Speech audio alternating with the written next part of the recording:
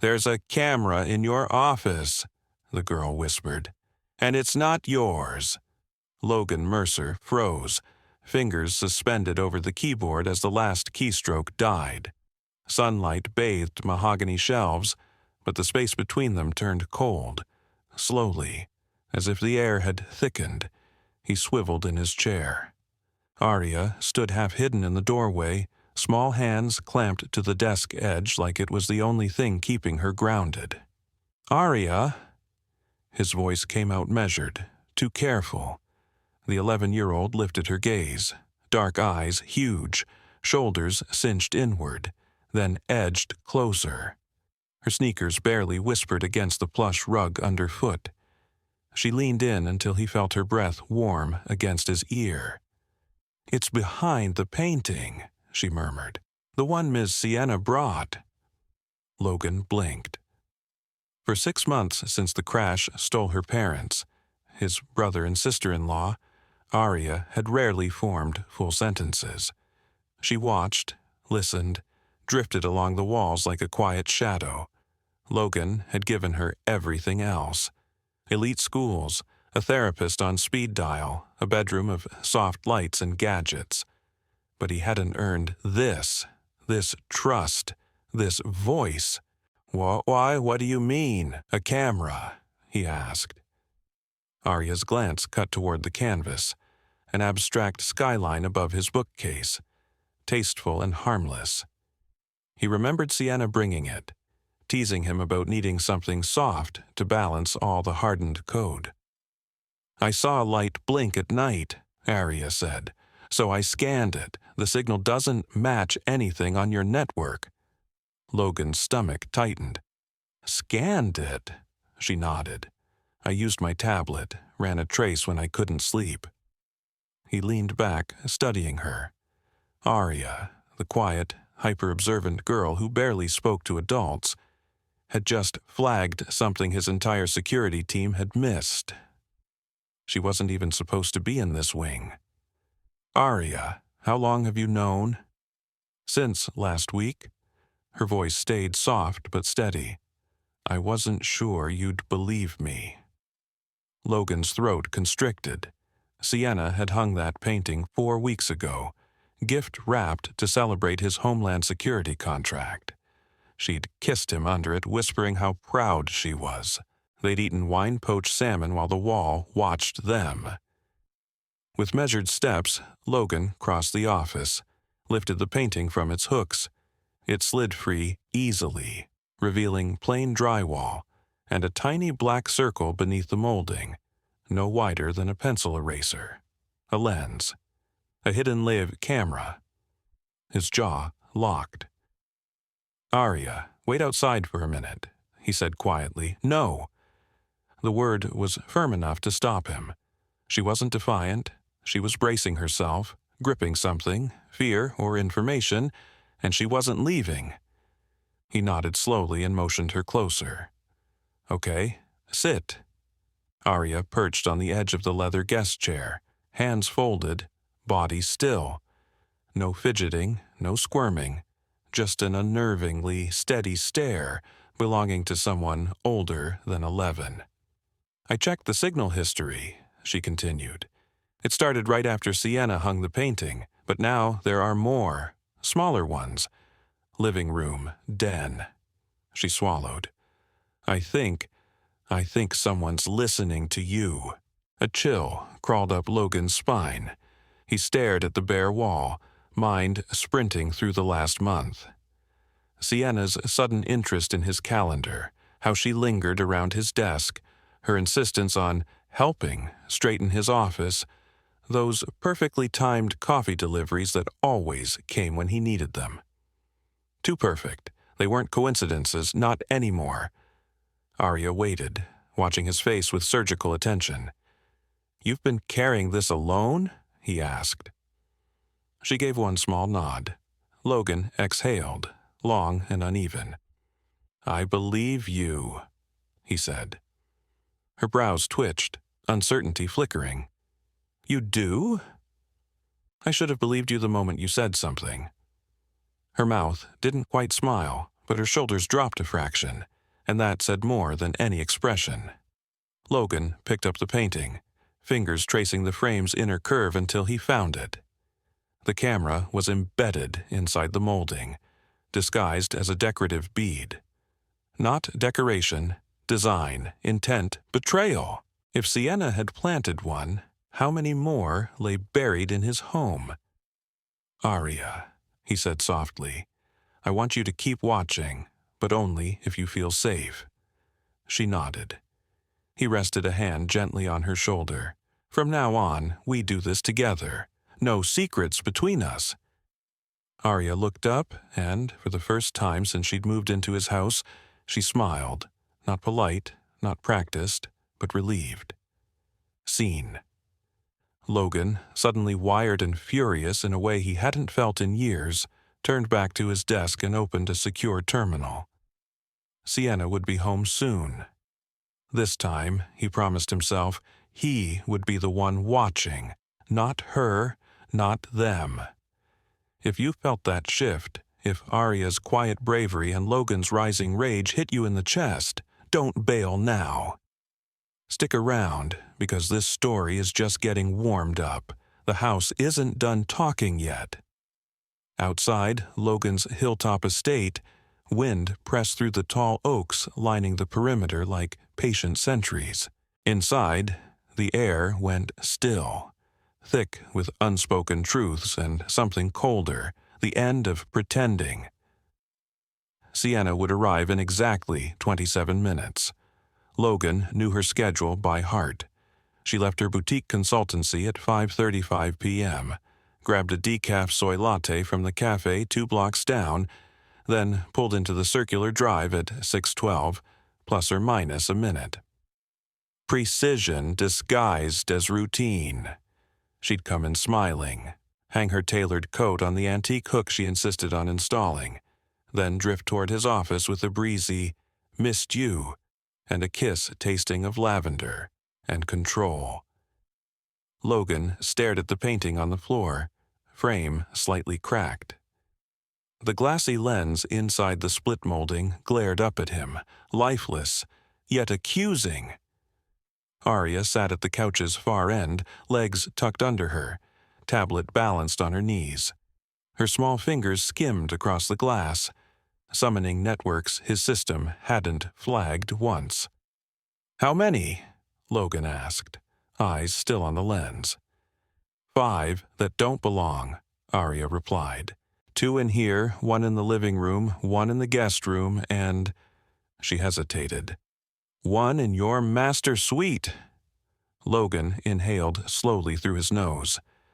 This wasn't rage, not yet. Rage was a luxury. This was calculation, sharp and clinical. "You've seen them all transmitting?" he asked. "Yeah," she said. "Most stay quiet during the day, but from midnight to 4, they spike in short bursts. Someone's harvesting data." "Batch exfil," Logan muttered, trying to dodge automated crawlers. He rubbed his jaw, mind already diagramming the pattern.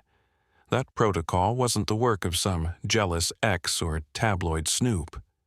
This was deliberate, high-tier surveillance, the exact kind his company existed to neutralize. And it was happening inside his own walls. He rose and crossed to a tall oak cabinet. A fingertip scan and quick code sweep slid the panel open, revealing a matte black server tower humming softly. He grabbed a secondary cable and gestured to Aria. "Plug in," he said. "You're Liv." Aria looked up, startled. "You're giving me access." "I trust you," he answered. "Apparently more than I trust my own damn firewall." Her eyes widened, but instead of grinning, she simply nodded, jaw set, and dove back into the streams of noise. While Aria traced signal paths through stacked layers of encrypted traffic, Logan pulled his main security dashboard onto a separate monitor. Every camera, mic, and door log since installation populated before him like a digital nervous system. Sienna's access was limited, but not non-existent. He skimmed motion logs. Several entries glowed red. Movement in rooms. No one should have entered. Guest suite on Wednesday. Living room at 3:03 a.m. Sunday. One entry with no origin signature at all. Blank. Whoever placed these devices wanted invisibility as much as information. A knock snapped the room, taut. Maria, Logan exhaled, opening the door to his longtime housekeeper and family friend. Her silver-streaked hair was pinned tight, blouse spotless, but her eyes narrowed instantly at his face. "Something's wrong," she said, not asking, just stating. "Yeah," Logan replied, ushering her in and closing the door. Aria didn't look up. Blue light from the monitor painted her features, code scrolling in her lenses. Logan leaned toward Maria, voice low. "Sienna may have planted surveillance devices. Aria found them." Maria's eyes flashed once. "Where?" "Everywhere," he said. Her expression hardened. "I knew she felt off. Always lingering, always somehow knowing conversations before you had them. And she talks to that CFO of yours too damn much." Logan straightened. Damon?" Maria nodded slowly. "He dropped by twice last week while you were out," Maria continued. "Said he needed files signed. Sienna acted casual, but I caught them whispering in the den. They didn't know I was there." Logan's pulse thudded louder. Damon Rhee, his CFO, best friend from MIT. Could Damon really? Logan cut the thought short. "Thank you," he said. "I need a favor." "Anything. When Sienna gets here, act normal. We don't tip her off yet." Maria's mouth thinned. "Honey, I've been playing polite longer than she's been alive. I'll manage." Logan gave a brief nod. "I found something," Aria said suddenly. Both adults turned. "There's a signal hub. All the cameras route through it, but it's not here. It's off-site, somewhere downtown." Logan moved beside her, studying the map rendering on her screen. A red pulse blinked at a nondescript building tied to a no-name storage company. "Whoever set this up knows what they're doing," Aria murmured. "They don't stream constantly. It's like packet shadows. Thin slices of data, hard to track." Logan arched a brow. "And yet you tracked it," he said. She shrugged. "Watched you work long enough." Before he could answer, the front door opened and shut softly down the hall. Footsteps. A familiar laugh floated toward the office, warm, musical, practiced. Logan closed the cabinet with one sweep. He slid Aria's tablet into a locked drawer as she quickly unplugged. Maria smoothed her skirt and gave Aria a brief, approving nod before gliding back into the hallway, face calm again. "Logan," Sienna's voice chimed. "Where you hiding, babe?" "Office," he called, stepping toward the doorway. Aria slipped into the side hall just as Sienna appeared, arms full of takeout bags, a bottle of wine's neck jutting from her tote. "There's my genius," she purred, kissing his cheek. He let her. Her gaze swept the room. "Smells like overworked servers in here," she joked. "You grinding or just clicking around looking busy?" Logan forced a thin smile. "Diagnostics, couple glitches in the system." Sienna paused, eyes scanning with playful curiosity that suddenly felt more like reconnaissance. "Serious glitches?" she asked lightly. "Nothing I can't handle," he said. "I'll probably do a full reset later." "Need help?" "No," he replied. "You've already helped plenty." Her laugh lifted, but her eyes flared, tiny, measuring. "If I didn't know better, I'd call that pointed." He didn't respond. She set the food down and stretched, posture languid, like she owned the space. Logan watched her hand drift along his desk's edge, pausing just above the drawer, concealing Aria's tablet and the truth she'd never wanted exposed. "We should eat before it all goes cold," Sienna said, turning toward the door. "I'll be out in a minute," Logan answered. She blew him a kiss and glided away, humming a tune that never reached her eyes. The door sealed with a soft click. Logan sank into his chair, fingertips pressed together, temple throbbing. He didn't want this to be real, but it was. He could feel the lie under every smile, every perfectly timed touch. She was watching him, using him, and she wasn't alone. Behind him, Aria slipped from the shadows. "Uncle Logan," she whispered. He turned. "Yeah, kiddo? Can I help with the reset later?" He studied her for a beat, then nodded. "You already are." The house fell into that strange stillness again. The quiet that settles after a storm, or right before the next one, hits. Near 1 a.m., Logan remained in his darkened office. Upstairs, Sienna soaked in her nightly bath, lavender scent drifting faintly through vents. The wine she'd brought sat unopened on the counter. Their dinner cooled untouched. Neither he nor Aria had much appetite after what they'd uncovered, or what they still hadn't. Aria sat cross-legged beside the server cabinet, wrapped in a throw blanket, eyes locked on a secondary monitor. Her fingers moved fast over the keyboard, parsing packet captures. Logan wouldn't expect many junior engineers to catch. At some point, Maria slipped in with chamomile tea, setting the mugs quietly at their sides. She didn't pepper him with questions. She didn't need to. The one look she gave Logan before closing the door said, "Everything. You're not imagining this. I've seen women like her before. Keep going." Logan leaned back, staring up at the ceiling, every old instinct sharpening. He'd trained to dissect patterns, threats, vulnerabilities. Yet Sienna had slipped through, a threat wrapped in romance. She'd used him, used this house, used Aria. His hands curled into fists. "Got something," Aria said, voice low, crackling with adrenaline. Logan wheeled his chair beside her. "Show me." "I mapped her cloud activity," Aria said. "Not her personal account, she's too careful. But the device's outbound traffic. They sync to a private server offshore, buried under a shell company in the Caymans." She clicked through tabs. "Here's the IP trace. I matched it." A data set he knew far too well sprang up. Prototype logs from his own architecture, algorithm tests, beta encryption routines. "This is your work," Aria said. She tapped another window. "And this is where it ends up." The interface was unmistakable. Helix Shield's competitor, Nexera Systems. Their proprietary internal console glared from the screen. Sienna wasn't freelancing. She was an embedded corporate spy. "Unbelievable," Logan muttered.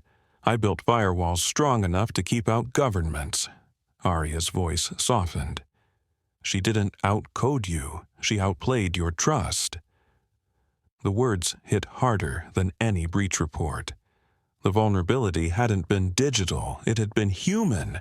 "Is Damon involved?" Logan asked, barely above a whisper. Aria hesitated, then pulled up a grainy video file. "Camera feed from the living room," she said. "From a view I don't remember you authorizing." Timestamp, 3 nights ago. On screen, Sienna entered first, carrying a slim silver case. Moments later, Damon slipped in, glancing over his shoulder like a thief who half hoped to be seen. Sienna opened the case, revealing a tiny drive. Damon spoke, no audio, but his posture screamed impatience. She handed him the drive. He tucked it into his blazer like it was nothing. They embraced afterward, not like buddies, like partners, co-conspirators. Logan felt his throat close. "I need air," he rasped. He stepped onto the back deck, cold biting deeper than expected. Stars cut the sky into shards. The pool glowed a pale, untouched blue. 6 months ago, he'd brought Aria here hoping to give her safety, stability, family. Somehow, she'd become the one watching over him while he played pretender guardian. The sliding door whispered open behind him. "Uncle Logan!" Aria's voice came small. He turned. "You should be asleep." She padded out barefoot, blanket clutched around her shoulders. "Couldn't." He crouched, resting a hand on her arm. "I'm sorry," he said softly. "You shouldn't have had to carry this." "I wanted to tell you sooner," she admitted, voice cracking. "But I didn't want you to think I was trying to ruin everything." Logan frowned.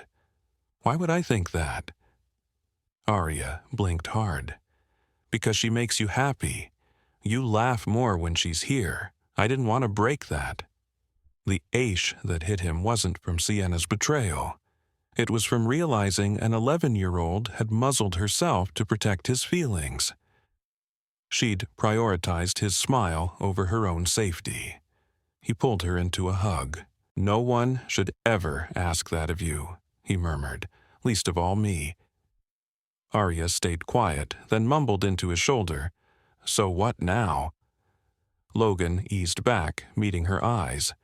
"Now?" His voice steadied. "We flip the game." They headed inside together, colder than before, but clearer.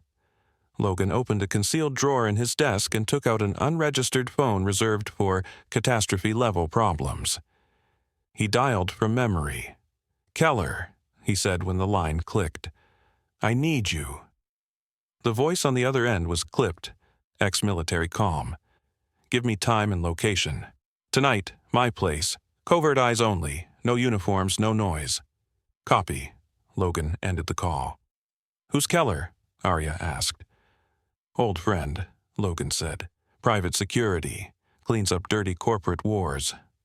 His tone went flat, lethal. "We'll give Sienna and Damon what they want, on our terms." Aria's eyes sparked. "Feed them fake intel," she said. "Exactly." He pulled up his company's prototype interface, spinning out bogus build logs, misleading architectures, and code bundles rigged with forensic tripwires. Aria helped, seeding tracer hooks to tag every device that touched the data. As they worked, Maria reappeared with a tin of oatmeal cookies and a steaming mug of cocoa. "You two look like you're gearing up for WAR," she said, setting them down. "We are," Logan answered. Maria didn't flinch. "Then you'll need sugar," she replied simply. It was nearly dawn when the decoy server finished compiling. Aria had fallen asleep in the armchair, tablet flat against her chest, blanket drawn up to her chin. Logan watched her for a long moment, something deep inside shifting into place. This wasn't just about protecting trade secrets or humiliating Sienna. It was about shielding the one person who'd shielded him without asking for anything back, and making sure the people who treated their home like a battleground never got another shot. He dimmed the monitors, eyes flicking once toward the hush of the upstairs hall, where Sienna slept like nothing had shifted. "You picked the wrong house," he whispered into the quiet. Morning would come soon, and with it, the beginning of the end game.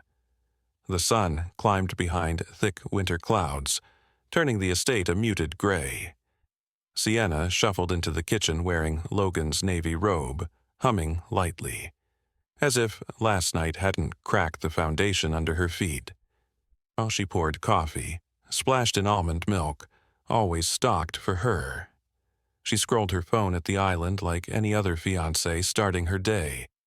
But Logan saw everything differently now, how she angled herself near the window, aligned with one hidden camera, how every move seemed timed, staged, as if she were performing for an invisible audience. Logan entered without greeting, dressed in a charcoal sweater and jeans, expression unreadable. Morning, love, Sienna chirped, smiling with lips that never touched her eyes. Sleep okay? Eventually, he said, grabbing juice from the fridge. You seemed tense last night, she ventured. Work trouble? Just wrestling a few problems, he replied evenly. Think I've found a fix. Her smile sharpened, microscopic.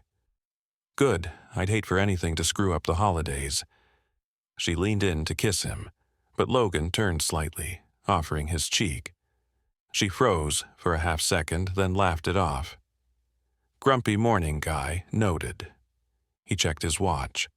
Heading into the city for meetings, might be gone most of the day. Want company? She asked too quickly. Not today. For a heartbeat, something flickered behind her eyes. Frustration, recalculation. Okay, I'll catch up on reading, maybe take Aria shopping. Aria's staying in, he said. School project, nay. Sienna's nod came a shade too fast. Sure, maybe we'll bake later then. Logan offered a thin smile and left. At least that's what the main house security feed suggested. In reality, he looped around to the detached guest house out back. Inside, Keller and a two-person team had turned the small structure into a mobile command center overnight. Cables snaked across hardwood floors, feeding thermal cams, directional mics, mirrored video feeds. Keller, broad-shouldered graying, nodded when Logan stepped in. Oh, she's up, he said. Her phone pinged that offshore server at 6:12 a.m. She transmitting already? Logan asked. More like testing. Keller tapped a screen. She's checking your movements, gauging your patterns. What about Damon? Keller switched feeds. He just booked a one-way ticket to D.C., leaves tomorrow. No checked bags, no return. Logan watched the confirmation email on the screen. This ends today. You sure you're ready? Keller asked.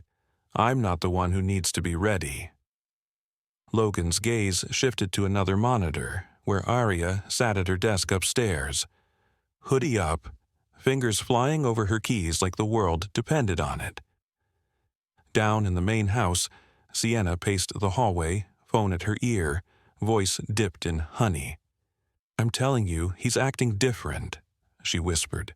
More guarded. Pause. No, not yet. I need more time. He's still building the neural mesh. I need the latest framework before we move. Another pause. I said I'll get it. He trusts me. She ended the call and turned, finding Aria watching from the end of the hall. Sienna pasted on a smile. Hey, sweetheart, didn't see you there.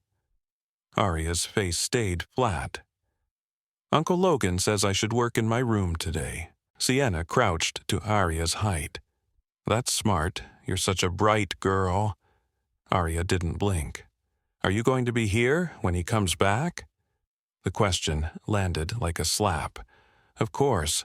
Why wouldn't I be? Sienna straightened a little, too quickly. Aria nodded once and walked away. In the guest house, Logan watched their interaction on split screen. Keller shook his head. Kids got more backbone than half my unit, he said. She's been through more than most adults, Logan replied, and she's still here, still watching out for me. Pride edged his voice. By mid-afternoon, Logan re-entered the main house under the pretense of grabbing a forgotten laptop. Sienna greeted him with open arms. He slid past the hug, heading straight to the living room. He opened his computer, pulling up work windows he didn't actually need. Every move he made, every fake phone call, was part of the trap. At 4:02 p.m., he dragged a file labeled Unmasked NeuroSync Prototype Final onto his desktop and left it open before stepping away to take a call in the kitchen. Sienna pretended to read on the couch. The second he vanished, she moved, fast and precise.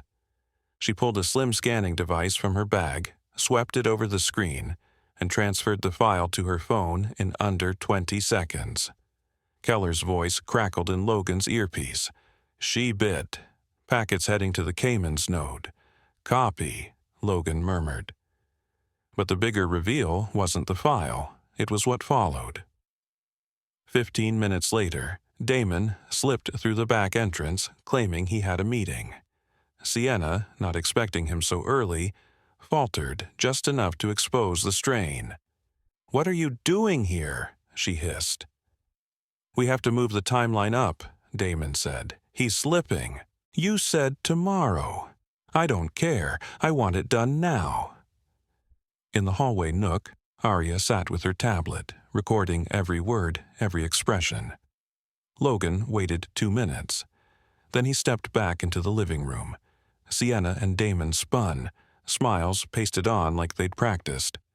"Didn't know we had company," Logan said casually.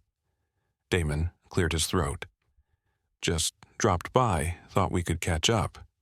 "I thought you were flying to D.C. tomorrow," Logan replied, eyes unreadable. Damon blinked. "Who told you that?" Logan didn't bother answering. He walked to the bar, poured himself a drink, raised the glass. "To old friends," he said. Sienna's voice came a little too bright. "Actually, Damon was just leaving," she said quickly. "No," Logan said, calm but immovable. "He can stay." He motioned toward the armchairs. "Both of you, sit!" Something in his tone clipped their protests. They obeyed. Seconds later, Keller walked in, flanked by 2 plainclothes operatives, discreetly armed. Sienna shot to her feet. "What is this?" "Relax," Logan said, signaling her back down. "We're just having a conversation, long overdue, really." He tapped a control.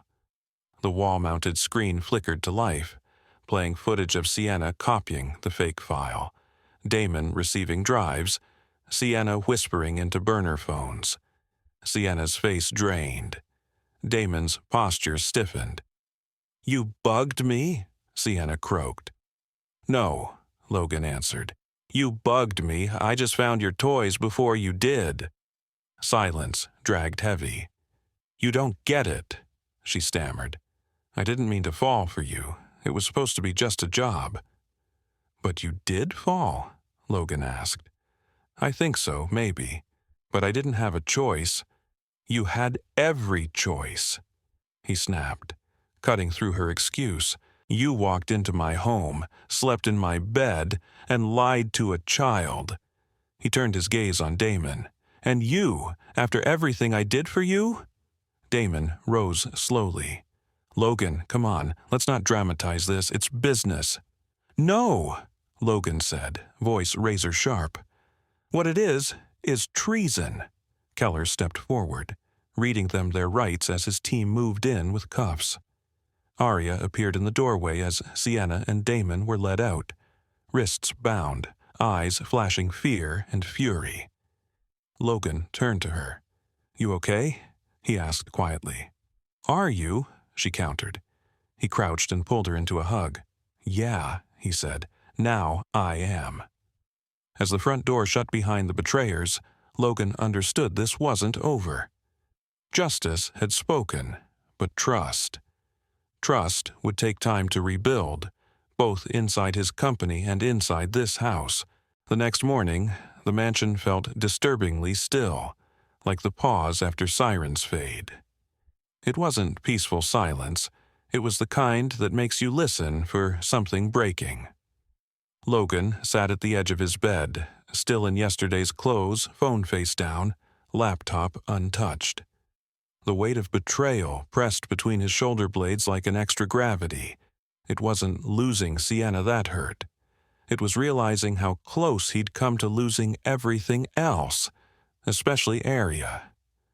A soft knock tapped at his doorframe. "Come in," he said.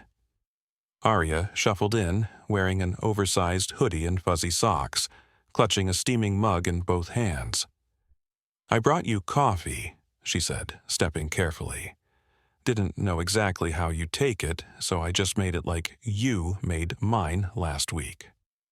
Logan accepted the mug, his fingers brushing hers. "Thanks, kiddo." She sat near his feet, legs swinging gently. "Is it over now?" she asked. "I wish I could say yes," he answered. The coffee was slightly strong, slightly sweet, like her. "Taking them down doesn't mean it's finished. I still have to clean up the damage." "Will they go to jail?" "Most likely," he said. "And they won't be the only ones." Keller found more names. This was bigger than just them. Aria stared at the floor for a moment, then whispered, "Do you trust anyone now?" Logan studied her. "I trust you." That answer finally tugged a tiny smile from her. Downstairs, Keller had already transitioned from crisis mode to cleanup. The mobile gear was replaced with an AIR-gapped forensic server. "Been at it since 4, he grunted when Logan entered the study. "I saw 3 analysts combing through everything we intercepted. Damon was just the opening act." "Who else?" Logan asked. "Couple board members, a VP in R&D, even some guy buried in accounting." Logan paced. "How did this happen right under me?" "Because you trusted them to do their jobs," Keller said, "and because none of them moved directly against you, until she did." Logan's jaw tightened. "She knew everything, my habits, my patterns, every soft spot." "That's what made her valuable," Keller said. "They studied you like a blueprint." He handed over a document. "Board scheduled an emergency call. 2 members want a no-confidence vote. They're questioning your judgment after the Sienna mess." Logan exhaled hard. "They want me out of my own company." "Worse," Keller said flatly. "They're pushing to carve Helix Shield up, sell it off in chunks, cleaner balance sheets, messier accountability." Logan's jaw ticked. "Who's leading it?" "Elliot Graves and Tabitha Cross. Old money, zero loyalty." "Sienna handed them the excuse," Keller added. Logan paced the length of the stone patio, morning fog curling over the lawn like smoke. "If they think I'll hand this over nicely," he muttered, "they haven't been paying attention." Keller flipped open his laptop. I dug into their backgrounds. Cross has financial threads tied to the hedge fund that bankrolled that Brooklyn shell. She's not just dodging liability, she's burying her own fingerprints. Logan leaned over the table. "Then we light her up," he said. "Not yet," Keller warned. "We still don't have enough to slam her in court." "I don't need court," Logan replied, eyes narrowing. "I need the truth. Every piece. I want to watch her panic." That afternoon, Aria helped rehang the photo wall in the upstairs hallway. She held a framed picture of her parents at Lake Harrow 2 summers back. Son turning her mom's hair to fire, her dad's arm snug around them. Logan stepped in and stopped. "That was a good day," he said quietly. "Yeah," Aria whispered. "They said I swam like a dolphin, but I hated how the lake water tasted." He laughed softly, and together they centered the frame. It landed between sepia portraits of Logan's parents and the uncles. "Why do people do awful things?" Aria asked suddenly. "Even when it looks like they already have everything?" Logan slid down the wall to sit beside her on the hardwood. "Because having everything on the outside doesn't mean they're full inside," he said. "Some people think taking more will finally plug that hole. It never does." Aria traced the frame's edge. "I don't ever want to be like that." He wrapped an arm around her shoulders. "You won't. You actually care." That evening, Logan stood in Helix Shield's towering glass boardroom, city lights stretching beyond. The emergency session had started. Elliot Graves cleared his throat. Let's be real, Logan. The company's taken a hit. Investors are skittish, Elliot continued. Funds are bailing. We need steady optics, not a CEO personally tangled in scandal. Logan's expression stayed cool. You mean step down because I refuse to ignore a criminal operation running inside my own house? Tabitha Cross leaned forward, voice velvet over steel. This is about perception. Perception drives value. Right now, your name stirs doubt. Logan's gaze hardened.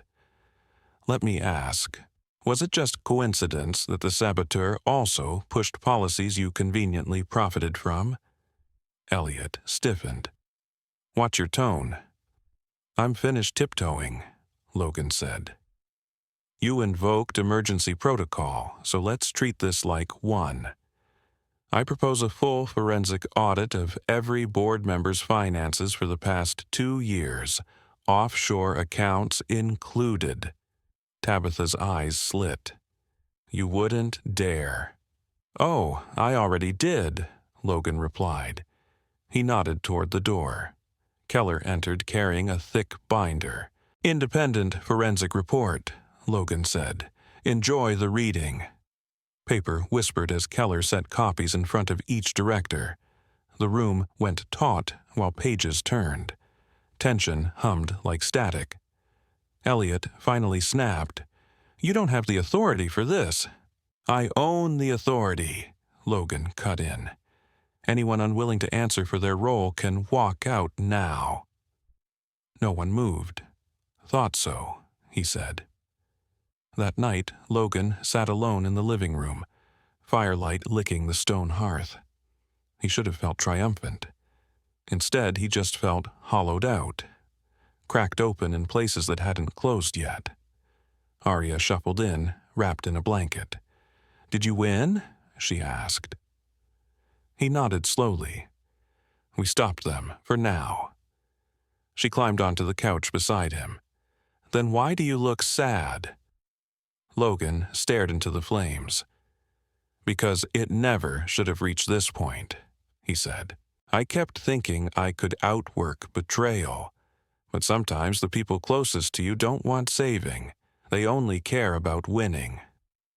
Aria rested her head on his arm. You still have me, she said quietly. Logan's mouth twitched into a real smile. That's the only win I actually care about. In that moment, the fire, the quiet, the memory of an earlier piano note wrapped around them like a closing wound. Not healed yet, but finally knitting. The next morning, the air in the Mercer estate felt strangely lighter, like something toxic had finally been breathed out. But Logan knew better than to mistake that for safety. Betrayal didn't vanish. It retreated and adapted. And in this case, Sienna Lane was still out there, and she now knew he'd seen through her. Down in the sunlit kitchen, Aria toasted bread. She wore one of Logan's old t-shirts that hit her knees, curls a wild halo. You look like you didn't sleep, she said, eyes on the toaster. I didn't, Logan admitted, pouring coffee. Too busy thinking. She handed him a slice. That's how you get those lines across your forehead. He huffed a quiet laugh. You mean the lines that make me look distinguished and mysterious. I mean the ones that make you look stressed and old, she said, finally grinning. He ruffled her hair. You're brutal in the mornings. Just honest, she replied, hopping onto a stool. Then softer. Are you going after her? Logan didn't have to ask who. Yeah, he said eventually, but not the way you picture. I don't need revenge. I need undeniable proof. Something that ends this, not just bruises it. Aria nodded thoughtfully. Then you'll need help. You volunteering? Logan asked, brow raised. I've been thinking about that closet next to your office, she said. I heard something once like clicking. Logan straightened. When? One night I couldn't sleep. I figured you were watching something, but now I'm not so sure. You think that closet's the access point. I think someone used it, maybe to service the hardware or pull recordings. 10 minutes later, they stood at the closet door. Keller had arrived with a quiet security tech named Owen Yates. Soft-spoken, razor-sharp, loyal. Owen swept the area with a detection wand. It chirped near the crown molding above the frame. "There," he said. "Broken infrared line, likely a receiver hub." He climbed a step stool, popped a panel. Tucked behind insulation, nearly invisible, was a matte black signal booster the size of a deck of cards. Logan turned it over in his hands. No logos, no ID tags, nothing. Owen ran a quick read. Encrypted broadcast. Frequency hops every 3 seconds. Not Wi-Fi, military-grade ARF. Logan's jaw flexed. "Sienna didn't just want data," he muttered. "She wanted it untouchable." Keller scowled. "Which means she wasn't freelancing," Keller said. "No standard PI installs gear like this." Logan nodded. "Call Leon." Keller blinked. "Leon Barksdale? I know it's been years," Logan said. "But he's the only one who's done what I'm about to need." An hour later, Leon Barksdale stepped into the estate. Thick-built, late 50s, face mapped with old battles, a bullet scar peeking above his collar. "Been a while, Logan," he said, gripping his hand. "Not long enough," Logan replied, "but I need you." Leon's brief smile faded. "When you left the agency, you swore off markers. Said you were done." "I lied," Logan said simply. "They came after my family." Leon's expression hardened. "All right, start from the top." In the study, they laid out the recovered booster and office blueprints. Owen walked Leon through the technical layout. Leon listened, silent, then rose. "She's ex-military intel or high-end merc," he said. "She's not chasing cash, she's chasing assets, patents, source, anything still offline." Logan nodded grimly. "She asked about Project Helix 2 weeks ago. Casual. I shrugged it off." Leon's head snapped up. "You never registered the Helix Core AI source with the patent office, right?" "No. It's on an offline mainframe. Only Keller and I can unlock it." Leon exhaled. "Then she's not just spying. She's setting up a lift, or worse." Keller stepped closer. "So what now?" Leon didn't hesitate. "We set a trap." That night, Logan invited Sienna back. She hadn't expected it. He could see it in the rigid line of her shoulders, the too-bright smile as she stepped in wearing a navy silk dress, heels whispering across marble. "I thought you needed time," she said, voice soft, eyes searching. "I did," Logan answered evenly. "A lot of it. About you. About everything." He poured her wine, noting how closely she watched his hands.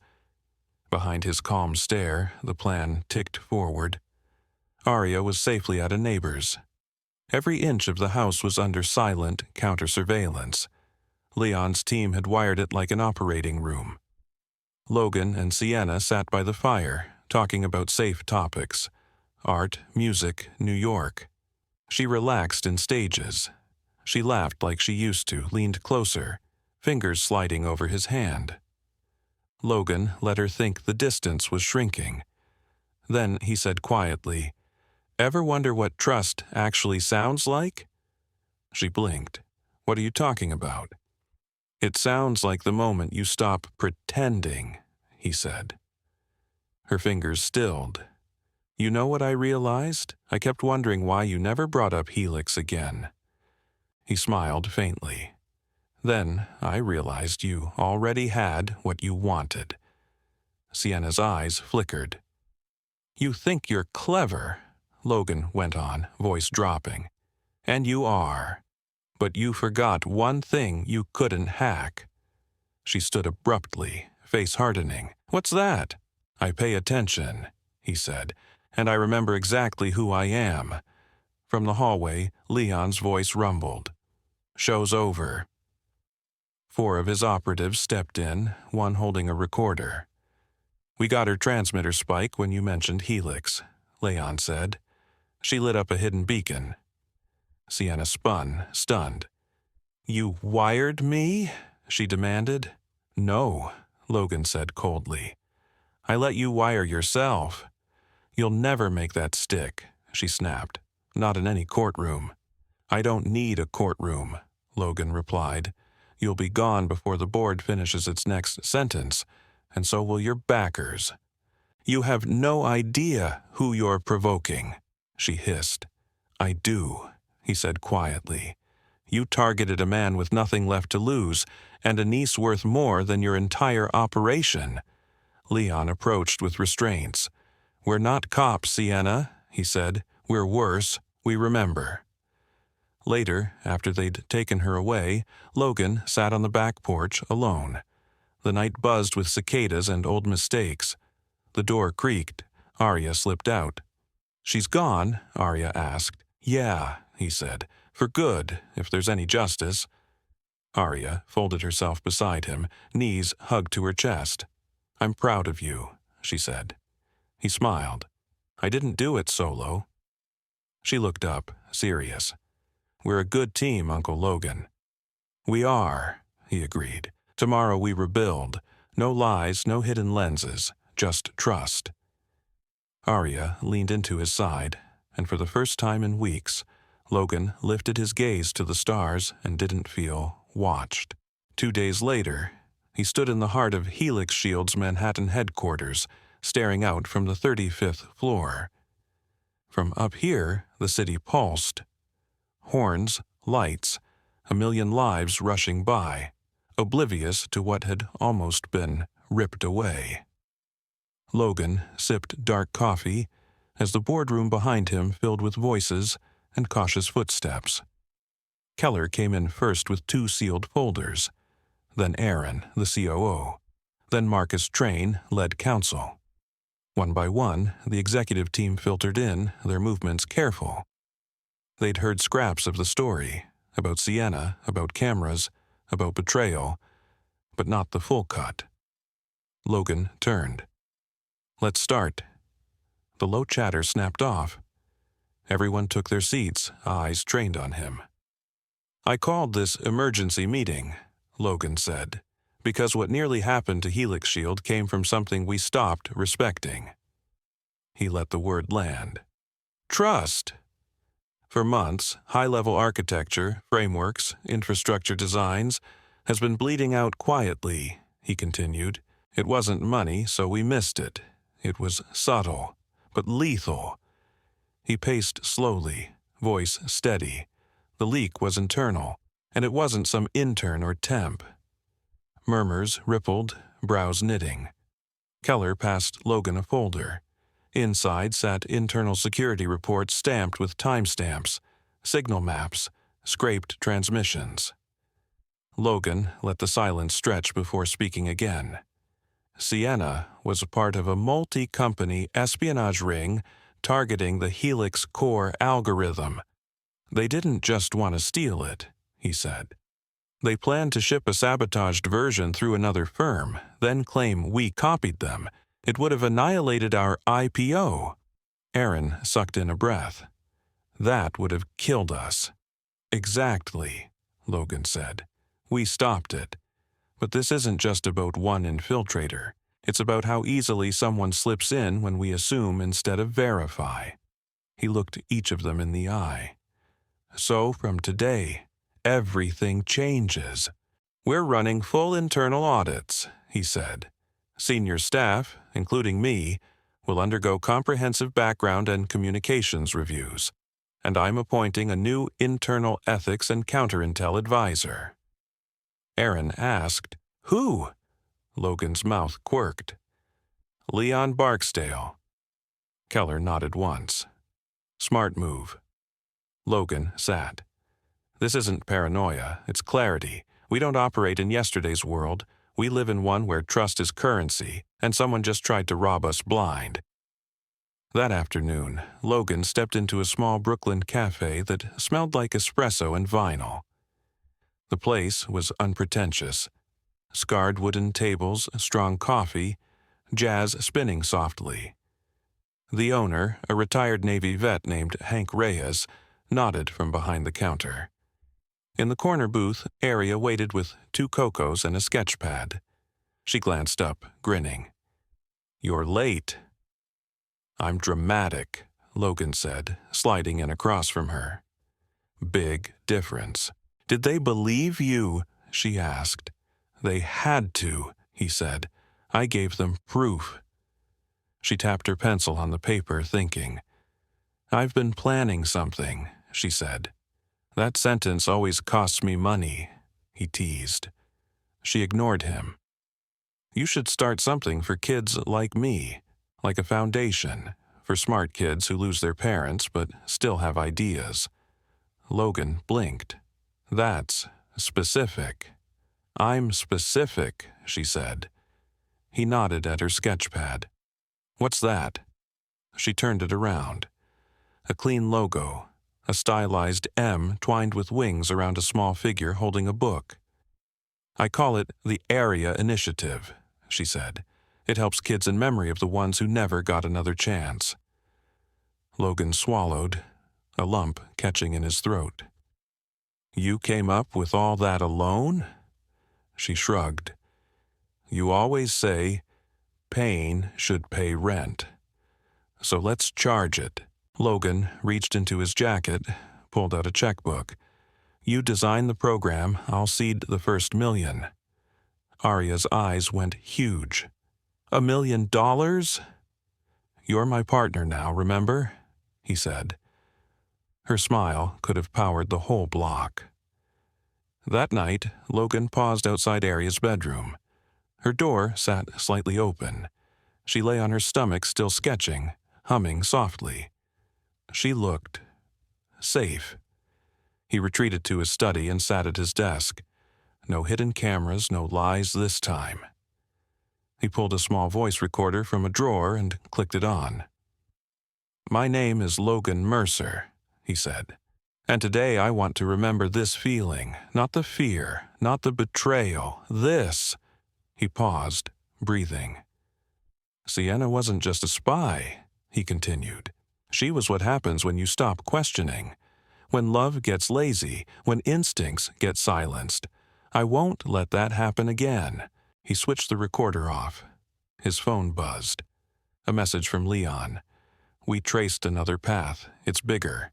She had help inside Helix Shield. Logan leaned back, so it wasn't finished. Maybe it never would be.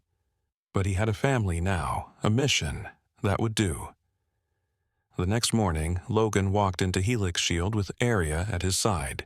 She wore a tiny blazer over her hoodie, clutching a folder labeled Proposal.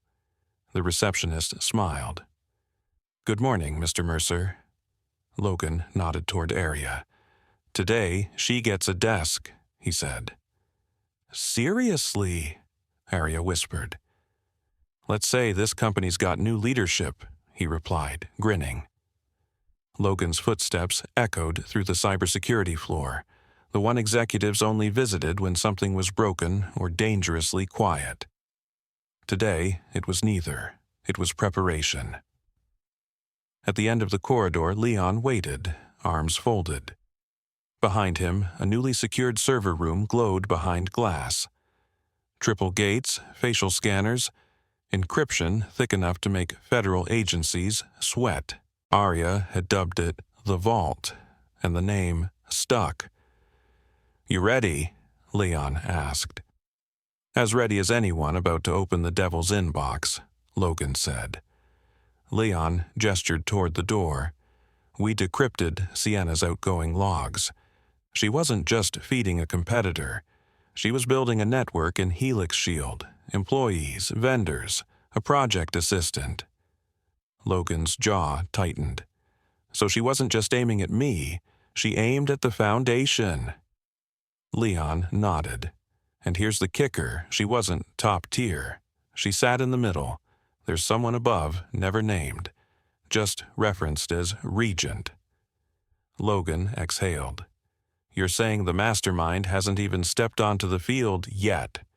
Not visibly, Leon said, but we're baiting them now. That afternoon, Logan returned to his office and found Aria perched at her new desk just outside. Her blazer hung a little big, sneakers all wrong for the marble and glass. But nobody questioned her, not anymore. People knew she was the one who'd spotted the first fracture in the story. Now she belonged. She looked up. They gave me a badge, a mug, and an ID, she said. The mug says World's Youngest Advisor. Logan chuckled. You earned it. Leon dropped this off, she added, handing him a brown envelope sealed with wax. The seal bore a small butterfly emblem. Logan's stomach dipped. He shut his office door before opening it. Inside was a single sheet of heavy paper, handwriting elegant and controlled. Hello, Logan. Visionaries still miss what's right in front of them. I never intended Sienna to hurt you, it read. She was meant to extract, not damage. That was her flaw. Let's keep this business. There's still a deal available. Meet me alone tomorrow, 11 a.m., Battery Park. Bring no one. Not even the girl. No signature. Just a small sketch of a butterfly with folded wings. The next day, at 10:58 a.m., Logan sat alone on a worn bench in Battery Park, Hudson River glittering under pale sunlight. Joggers passed, gulls screamed overhead, no black SUVs, no cameras, no Aria, just Logan and the wind, and a question heavy as concrete. At 11:01, a man approached, tall, gray-haired, moving with boardroom confidence, not street wariness. His suit was understated but clearly expensive. No briefcase. He sat beside Logan without speaking for a full minute. Then, softly, "You were always too idealistic." Logan turned. "You've got me at a disadvantage." "No," the man said, almost smiling. "You gave that up when you fell for Sienna. That was mistake 1. Mistake 2 was raising that girl to believe truth matters more than survival." Logan's blood went cold. "You know Aria," he said. "I know everything," the man replied. "I helped build this industry before you could spell encryption. I built the trust you're so eager to dismantle." "Then why attack Helix Shield?" Logan asked. "Because you still believed in ethics," the man said. "It's bad for business." "And espionage is better?" Logan asked. "It's efficient," the man said. "Don't take it personal. Sienna was a tool. You were collateral." Logan's fists curled. "So why meet?" "Because this doesn't need to end with indictments and headlines," the man said. "Sell," he continued. "Walk away. Helix Shield is valuable but replaceable. You step down and I erase every trace. The girl grows up safe. You retire with your pride, and the butterfly never lands again." There it was. The bargain. Logan stared at the water, thinking of Sienna's lies, of Aria's trembling voice by the painting, of her sketch in the cafe. Pain should pay rent. He stood. The man remained seated. "Think carefully," the man warned. "I have," Logan said quietly. "You picked the wrong family." He walked away. Back at Helix Shield, he gathered his core team in the war room at midnight. Only 6 people. Aria sat at the corner, legal pad almost bigger than her. "We're going to leak," Logan said. "To the media?" Aaron asked. "No," Logan replied. "To Regent's shell companies. We'll give them a breakthrough prototype they can't resist, but it's booby-trapped. Once they open it, we see their entire path." Leon's lips curved. "Reverse bait." "Exactly," Logan said. "And when we find them—" "We burn the network," Leon answered. "End to end." That night, Logan stood by Aria's bed again. She slept curled around a stuffed bear, breathing softly, door cracked. He thought of the man in the park saying she believed truth mattered more than survival. Logan brushed a hand over her hair. "She's right," he whispered, "and that's why you'll lose." He left the door open, inviting the night in instead of fearing it. The city still slept when Logan stepped onto Helix Shield's rooftop, skyline glowing with the first hint of dawn. His jacket fluttered in the wind, tablet glowing in his hand, a live trace protocol ticking along. The digital bait had already gone out. Inside the code, encrypted markers, dormant until someone tried to unwrap them. When they did, the trail would point straight at Regent. Downstairs, the war room pulsed with quiet urgency. Leon barked soft orders, screens filled with logs, pings, a growing digital spiderweb. Aria sat in a leather chair, feet tucked up, laptop open. She'd helped design the visual signature. Elegant, vicious. She'd named it Butterfly Sting. Suddenly, one of the maps flared red. A terminal chimed. "They took it," Leon said. The room froze, then exploded into movement. Logan returned as the trace converged.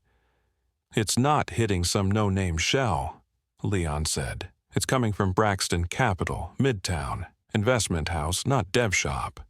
Unless," Logan said, "they've been laundering data as assets." Leon pointed at another line. "Here's the secondary handoff. That's Regent's firewall." "We're blocked digitally," Leon said.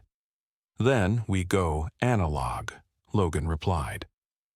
The next morning, Logan stood outside Braxton Capital's glass tower. No entourage, no cameras, just him, a dark coat, and a slim folder under his arm. He moved through the lobby like he owned it. The receptionist opened her mouth, then shut it. He stepped into a private elevator using a borrowed keycard from a deeply embedded contact. Floor 47. Private. The doors slid open onto hushed carpet, expensive art, and the antiseptic smell of money. A woman in a sharp suit emerged, followed by the gray-haired man from the park. "Mr. Mercer," he said mildly, "subtlety still isn't your style." Logan handed the folder to the assistant. Inside, the trace logs, embedded signatures, breached NDAs. "This is a courtesy," Logan said.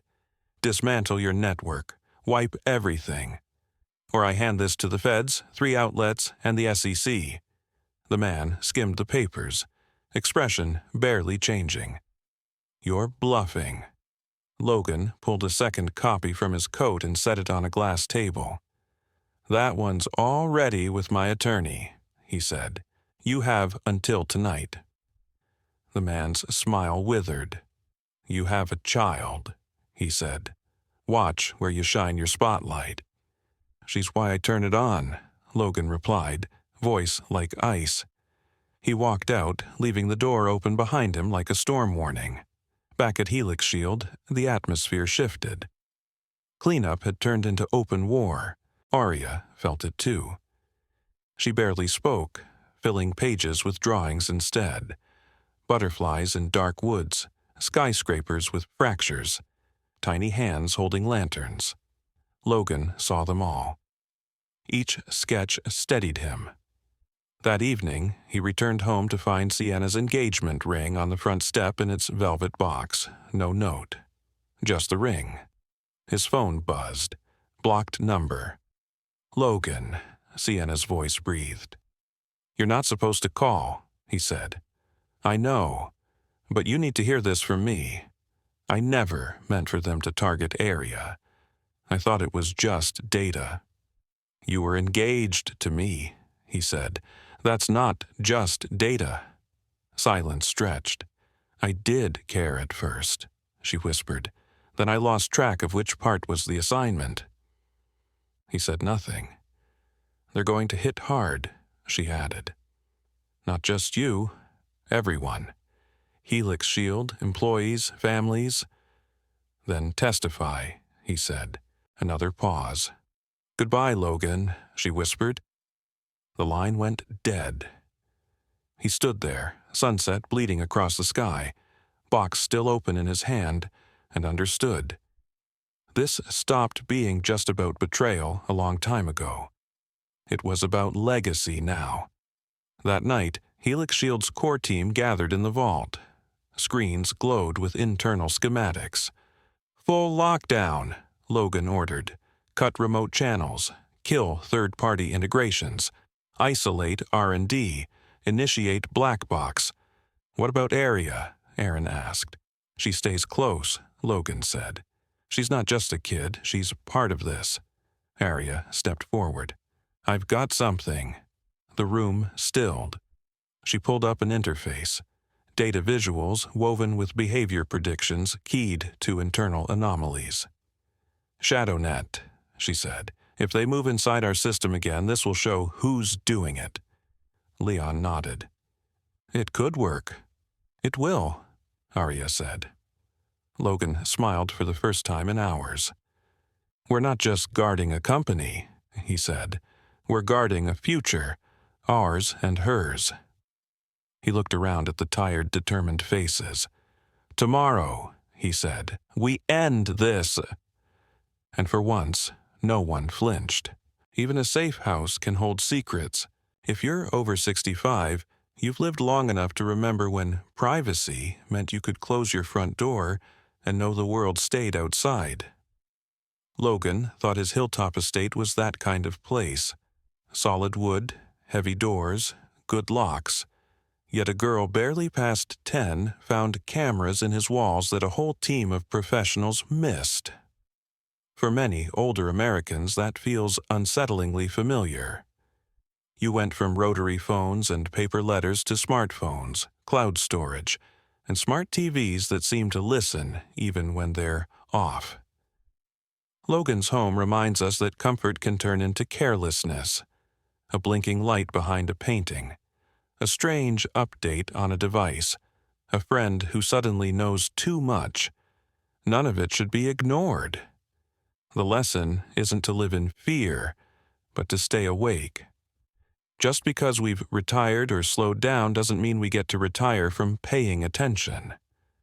Logan learned the hard way that the real danger isn't always on some dark street. Sometimes it's smiling at your kitchen table, watching you through a hidden lens.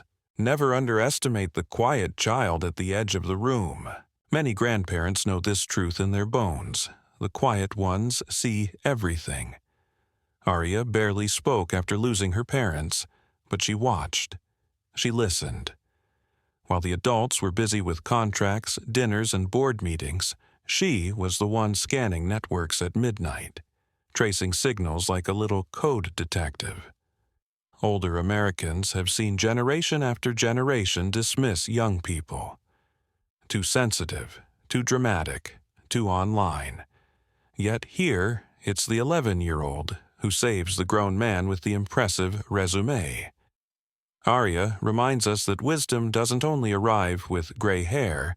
Sometimes it arrives with a tablet, big eyes, and a trembling voice that finally dares to say, "Something's wrong." For those of you who have grandkids tinkering with gadgets, talking about apps you barely recognize, this story is a gentle nudge. Ask them what they see. Invite them into the conversation. Logan's turning point wasn't when he upgraded his firewall, it was when he believed Aria. Trusting the next generation doesn't mean giving up your authority. It means standing beside them, not in front of them. When the danger comes, betrayal hurts, but it doesn't have to have the last word. If you've lived past 65, you've probably tasted betrayal. Perhaps from a business partner, a family member, or someone you once swore you'd love till death do us part. Logan is no teenager. He's a seasoned man with scars, a company to protect, and a niece to raise. Yet he still falls for Sienna's charm, still calls Damon friend, still believes the people closest to him are safe. When the mask drops, it's brutal. But what matters is what he does next. He doesn't retreat into bitterness, sell the house, and hide from the world. Instead, he tightens his circle, calls in old allies, and, with Aria, builds something new. The Vault at Helix Shield, the Aria initiative for kids like her, a future shaped by hard-won lessons. Older Americans know that pain can either harden your heart or deepen your purpose. Logan chooses purpose. He teaches us that even when trust is shattered, legacy is still in our hands. We may not control who betrays us, but we can decide what grows from the wreckage. Fear and isolation, or protection and courage for those who come after us. After walking with Logan and Aria through hidden cameras, broken trust, and a hard-earned renewal of courage, I'd love to hear from you. If someone you trusted turned out to be watching and using you, how do you think you'd respond at this stage of your life? Would you fight back like Logan, quietly protect your family like Aria, or choose a different path altogether? Share your thoughts and stories in the comments below. And if this message spoke to you, please like the video, subscribe to my YouTube channel, and turn on notifications so you don't miss the next lesson.